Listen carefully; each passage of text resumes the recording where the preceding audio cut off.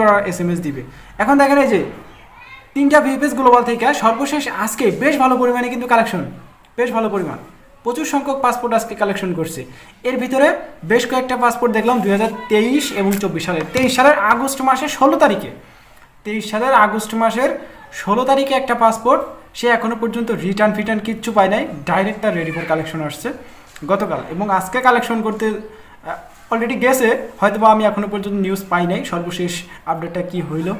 অবশ্যই জানার চেষ্টা করব যে সর্বশেষ 2023 সালের আগস্ট মাসের 16 তারিখের যে পাসপোর্টটা কালেকশনের SMS আসছে সেটা এখনও পর্যন্ত রিটার্ন আসে নাই, ডাইরেক্ট রেডি ফর কালেকশন দিছে। তার মানে তার এম্বাসিতে পাসপোর্ট অলরেডি জমা ছিল, সেটা রেডি ফর কালেকশন দিছে। অবশ্যই তার জন্য দোয়া করবেন, সে যাতে ভিসাটা তার পাসপোর্টে পাওয়া যায়।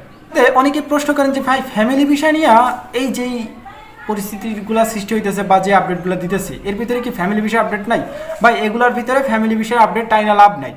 কারণ কি দেখেন, আপনার ফ্যামিলি ভিসা 23 সালের এখনও অনেক পাসপোর্ট আছে, আটকে আছে, 24 সালেরও আছে। এদিকে দেখেন 25 সালের পাসপোর্ট ভিসা পাইতেছে 25 সালের, 23 সালেরও অল্প কিছু পাসপোর্ট পাইতেছে, 24 সালের কিছু দিতেছে।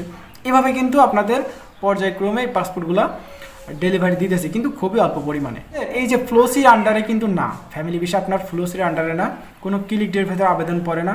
আপনার যদি বৈধ কেউ সেখানে থাকে পাসপোর্টধারী, তাহলে কিন্তু আপনাকে ওইখান থেকে নিতেছে যে কোনো সময়। এর কোনো টাইম টেবিল নাই, যে কোনো সময় আপনাকে এম্বাসিতে জমা করতেছেন, যে কোনো সময় ভিসা হয়ে যেতেছে।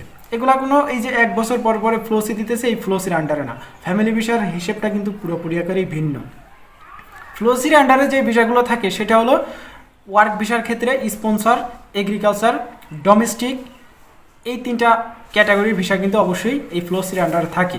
এক কথায় বলতে ওয়ার্ক ভিসার ক্ষেত্রে ডোমেস্টিকে যায় যে কারা অনেক বাসা বাড়িতে কাজকর্ম আছে বা একটু বয়স্ক লোক যারা, তারা কিন্তু অবশ্যই ডোমেস্টিকে যায়। আবার কম বয়সেও অনেকেই যায় বাসা বাড়িতে কাজ করার জন্য। এটা হলো ডোমেস্টিক খাতে। আর এগ্রিকালচার, স্পন্সর এগুলো তো আপনারা অলরেডি জানেন, এগুলো নিয়ে কথা বলে ভিডিও লং করার। যাই হোক, ফ্যামিলি ভিসা আজকে বেশ কয়েকটা পাসপোর্ট কালেকশন করছে, আলহামদুলিল্লাহ এরাও ভিসা পাইছে। স্টুডেন্ট ভিসাও দেখলাম কয়েকজন কালেকশন করছে।